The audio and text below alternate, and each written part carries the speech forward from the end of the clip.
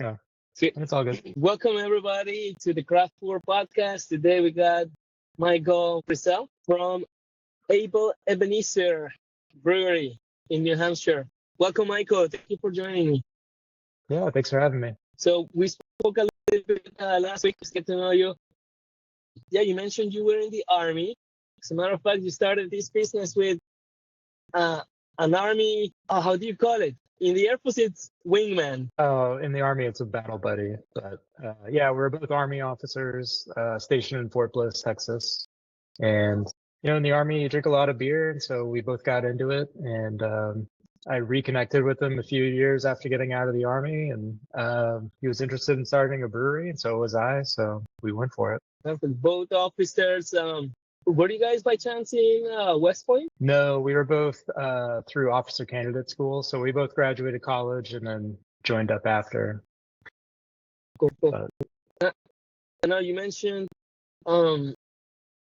your business partner is in biochemistry. yeah, he was. Yeah, when he got out, he got placed at a biotech company in Cambridge, Massachusetts, and worked there for several years. And when I got out, I went back to graduate school at San Diego State, and I got my MBA. And also during that time, San Diego was a big beer hub. It was 2011, and every street had its own brewery. There's 200 breweries in San Diego alone. So I got into home brewing, and during my MBA, basically had an idea for a brewery. So when you did schoolwork, like putting together a business plan or marketing studies, I had a fictitious brewery in mind. But when it came down to actually opening it, I couldn't find anyone to do it. So I basically gave up on that, called my old Army buddy to see if he can get me a job in biotech, a foot in the door. And he's like, yeah, I can do that, but I'm thinking about starting a brewery. So it was very serendipitous phone call. And so we put the business plan together for California, one for Massachusetts, where my business partner Carl works, and one in New Hampshire where he lived, because New Hampshire's only about 45 minutes out of Boston.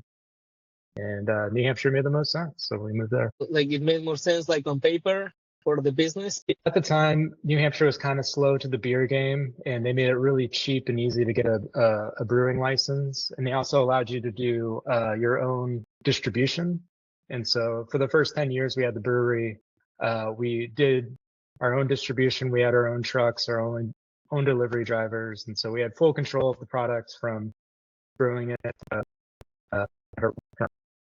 Yeah, and besides, the military background of you two guys, any special traits from the military that you think like transfer over to business ownership and entrepreneurship? I think just working hard, it's especially in the beginning, it's working 12 hours a day, 7 days a week.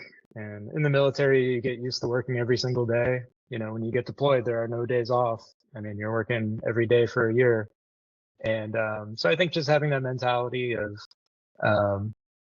putting sweat equity into something, and none of us had opened a business before, so a lot of it was learning as we went.